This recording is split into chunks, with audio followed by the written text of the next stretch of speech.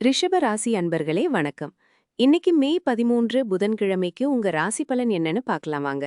முதல்ல உங்க ராசிநாதன் சுக்கிர பகவான் உங்க ராசியிலேயே, அதாவது முதல் வீட்டிலேயே அமர்ந்திருக்கிறது ரொம்ப விசேஷம். இது உங்களுக்கு நல்ல ஆரோக்கியத்தையும் உற்சாகத்தையும் ஒரு தன்னம்பிக்கையையும் கொடுக்கக்கூடிய அமைப்பு. அடுத்து குரு பகவான் 2ஆம் வீட்ல இருக்கிறதுனால தனவரவு ரொம்ப சிறப்பா இருக்குங்க.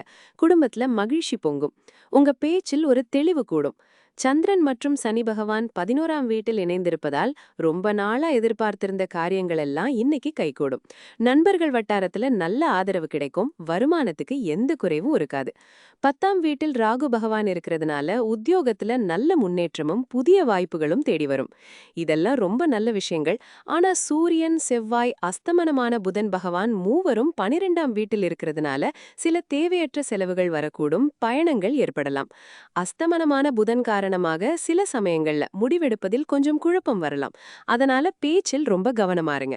4ஆம் வீட்டில் கேது பகவான் இருக்கிறதுனால தாயாரோட உடல் நலத்துல கொஞ்சம் கவனம் செலுத்துங்க. வீட்டு சூழல்ல சின்ன சின்ன மனக்கசப்புகள் வந்து போலாம். அதையும் சமாளிக்க வேண்டி வரும். இன்னைக்கு ஏகாதசி திதிங்கிறதுனால பெருமாள் வழிபாட்டுல ஈடுபடுறது ரொம்ப நல்லது. மனசுக்கு ஒரு அமைதி கிடைக்கும். மதியம் 12:05 முதல் 1:40 வரை ராகு காலம் இருக்கு. அதனால முக்கியமான முடிவுகள் எடுக்கிறதையும் புதிய முயற்சிகளை ஆரம்பிக்கிறதையும் இந்த நேரத்துல தவிர்த்துட்டா நல்லது. இன்னைக்கு உங்க ராசிக்கு ஒரு 4 மதிப்பெண் கொடுக்கலாம். பரிகாரமா ஓம் நமோ நாராயணாய இந்த மந்திரத்தை சொல்லலாம். பெருமாள் கோவிலுக்கு போயிட்டு வரலாம். பசுக்களுக்கு அகத்திக்கீரை வழங்குறதும் ரொம்ப நல்லது. மொத்தத்துல ராசிநாதன் வலுவாக இருப்பதால் தன்னம்பிக்கை கூடும். தனவரவு சிறப்பாக இருக்கும்.